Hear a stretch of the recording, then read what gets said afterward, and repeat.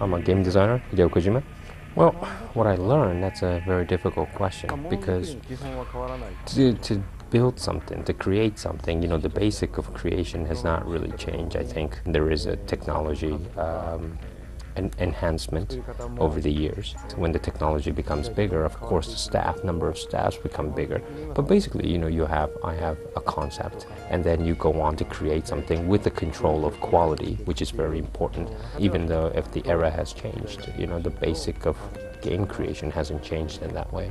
And I also think that, if you're satisfied with the status quo, it will never be a better creation in the future. So what I kind of learned was that you need to always have passion and strive for more and not be always satisfied with what you have done. Ever since MGS3, the problem of relaying, my thinking to all the staff has been one of the fundamental problems in the development. In MGS4, that was really apparent. But when we strive for more in the future, and if we want to create something of a MGS4 magnitude in the development team, this will always be something that we're trying to solve right now, actually.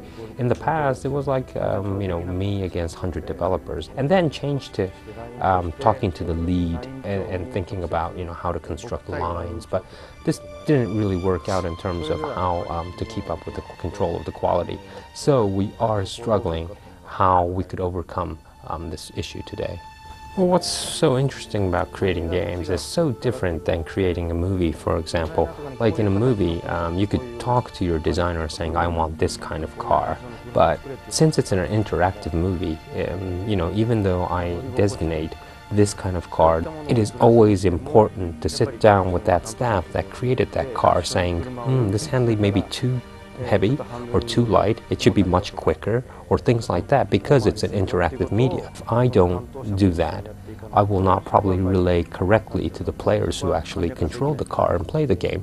That feeling is very essential when creating games. My kind of personal liking towards certain things hasn't changed ever since maybe I was a teenager. Of course, I'm always trying to absorb a lot of things over the 20 years or so, but the things that inspire me, or how do I put it, antennas that I have that attract certain things, I try to make it as wide as possible and try to absorb many things as possible. But come to think of it, I kind of think, I do have the same likings for the past 20 years. If you look at my iPod, there's tons of tunes and songs in the iPod, actually. But when I look at how many favorites that I have, or the count of how many times I heard, I rarely hear those tunes, and the more tunes that I hear are the ones that have been always there. My always past favorites are the ones that has a lot of counts of how many times I heard. So if I were to express using my iPod, that's kind of how I am. Yeah, I do acknowledge that there's a kind of a Hideo Kojima brand, or even Kojima Productions brand, or a production that created MGS, that kind of expectation brand, and even a brand of Konami, that meaning I can't, just put out a simple, easy game, which is a rubbish game or a crappy game, whatever. There has to be a certain quality level. There has to be a certain surprise that, this production brings out. That's one of the roles I feel that I have and my production team has. At the same time, even with that responsibility, I still want to keep the liberty. I still believe that I have the liberty to bring out something which is, surprising, actually, the users or the people who actually play the game. That liberty is still there. So I think it's both. Well, to give you maybe a surprise, people might think that I love action games and I love shoot-'em-ups and I kill people all the time, but that's not it. I really like other romance and, those kind of genres. Well, I do like, of course, the comedy of all the elements of novels or movies. Of course, there's no comedy genre right now, and I'm always wondering how I should represent this, which I don't have a specific idea yet, but I'm always thinking about that as a new genre. Well, the fun part hasn't changed, actually. It's the real beginning, when I'm thinking about a concept, an idea alone. And when I come up with a new idea, or think that, oh, this is really going to be fun, And when I start to share it with other people, this is the most highlight of, you know, my moment where I could kind of burst out of the ideas that I have. But basically, when I think of these ideas, this is the most fun part. This is because I don't have to think about schedules or budget or who to assign, who should do this. This is all out of the way at that moment. It's all freedom in mind, so it doesn't cost anything. So it's really fun. That stage is really fun. But, you know, I'm not really always nagging about how the teams got bigger and how the workloads got bigger as well, because there's a fun element in that aspect as well. Looking back in the very beginning of the industry, you know, things that I wished I could do, which I could not do because of technology, you know, holdbacks.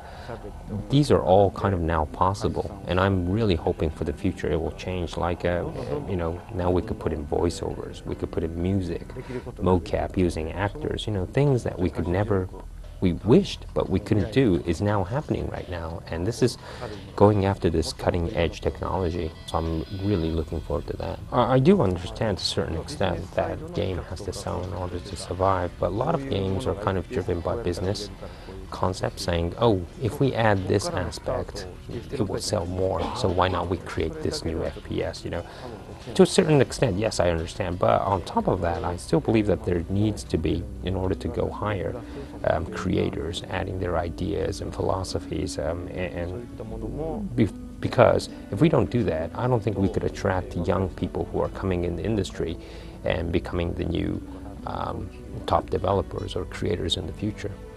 Well, I'm always saying this as well, but this is the same problem with movies or books or music as well. If a Japanese creator wants to create something for the Japanese audience, you know, the scale becomes much smaller because of the budget restrictions, or you know, it won't sell as much. But however, when it comes to games, it's an interactive media where it's more difficult, and a pure Japanese person just looking at domestic Japan will not make that game able to work in America or Europe.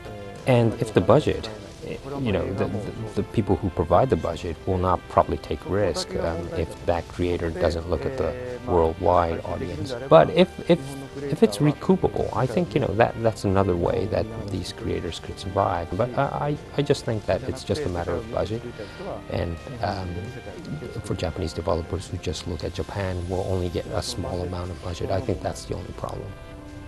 I think I'm trying to prepare an announcement for a new title for the next E3. It's quite close, but I can't say anything now, but you might hear something from me in the next E3.